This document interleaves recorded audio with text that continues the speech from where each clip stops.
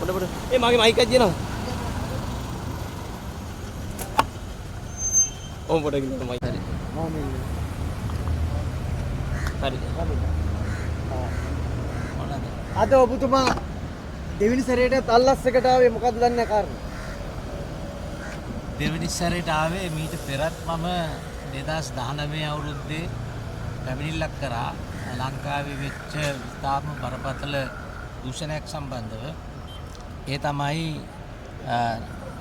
ලලිත් ඇතුළත් මුදලේ ඇමතිතුමා ආරම්භ කරපු මහ පොළ උසස් අධ්‍යාපන ශිෂ්‍යත්ව භාර අරමුදලට අයිති මාලබේ පිහිටි උසස් තාක්ෂණික ආයතනයේ ස්ලිට් එක නීති විරෝධී විදියට කීප දෙනෙක් කුමන්ත්‍රණය කරලා පෞද්ගලික ආයතනයකට ලියාගෙන තියෙනවා.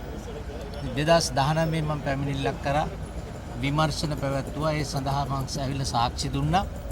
ඒ වගේම ජනාධිපති පරීක්ෂණ කොමිෂන් සභාවට පැමිණිලි කරා. ජනාධිපති පරීක්ෂණ කොමිෂන් සභාව නිර්දේශ කරා එම ආයතනය නැවත පවරගන්නට කියලා. ඒ උදවියට විරුද්ධව නීතිය ක්‍රියාත්මක කරන්න කියලා අල්ලස් පනත යටතේ සහ දණ්ඩ නීති සංග්‍රහය යටතේ ඒ කිසි දෙයක් කෙරුණේ නැහැ. වර්තමාන ආණ්ඩුවත් බලයට පත් වුණාට පස්සෙත් ප්‍රතිඥාවක් දුන්නා ඒ ආයතනය නැවතත් මහ පොළට අරගෙන දෙනවා කියලා. ඒකත් කෙරෙන පාටක් නැති නිසා මම නැවත වතාවක් පැමිණිලි කෙරුවා අල්ලසෝ දූෂණ කොමිෂන් සභාවට.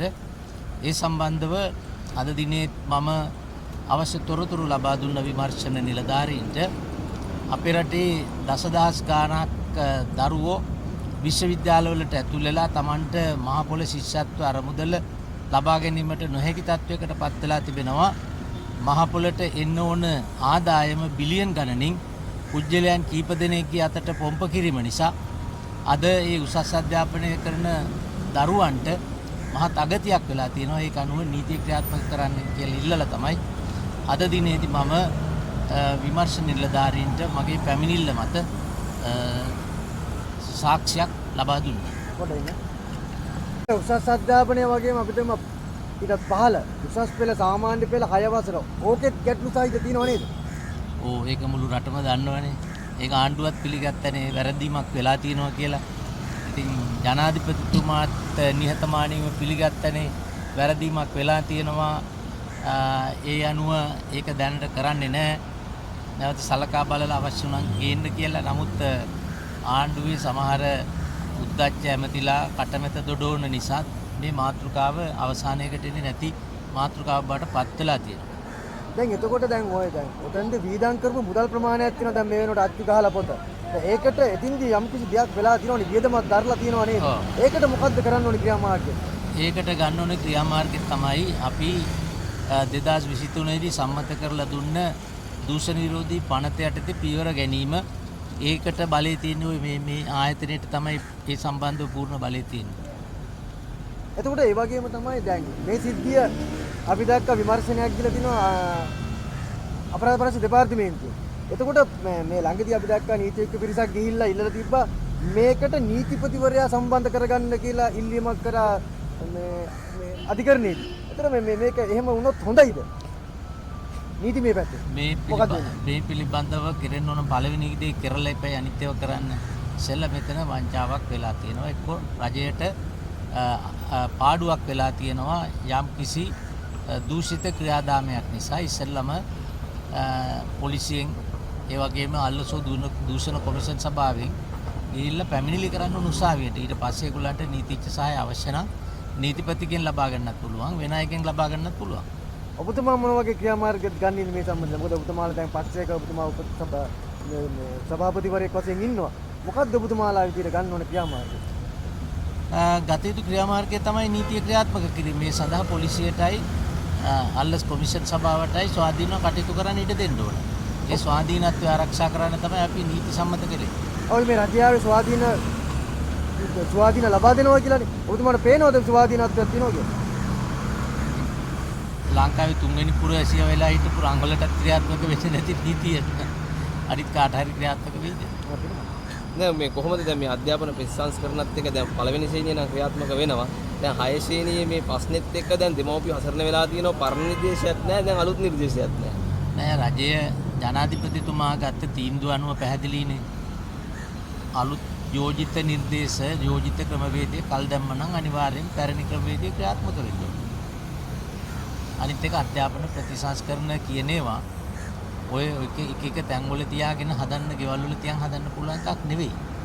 ඒක රටේ මහ ජනතාවගේ මතය බලලා ඒ විෂය පිළිබඳව දන්න උදවියගේ සහයෝගය අරගෙන ඒක ලොකු ක්‍රියාවලියක්. අධ්‍යාපන ප්‍රතිසංස්කරණ එහෙම කරන්න බෑ.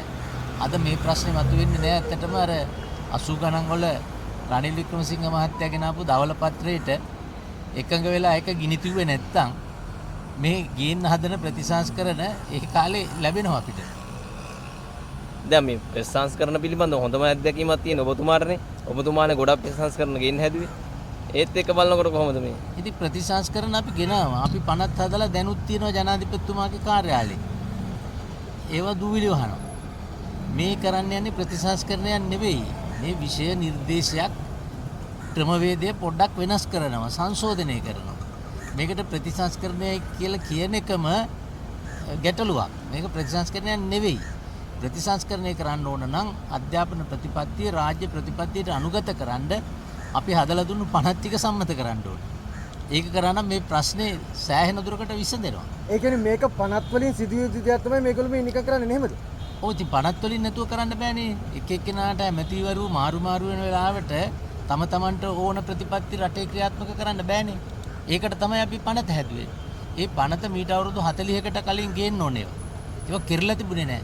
නමුත් අපි හදලා දුන්නා. අඩු ගානේ පරක් වෙලා හරි හදලා දුන්නා මේක කරන්න බෑ. මොකක්ද ඒ එකක් ඇවිල්ලා උසස් අධ්‍යාපන කොමිෂන් සභා පනත.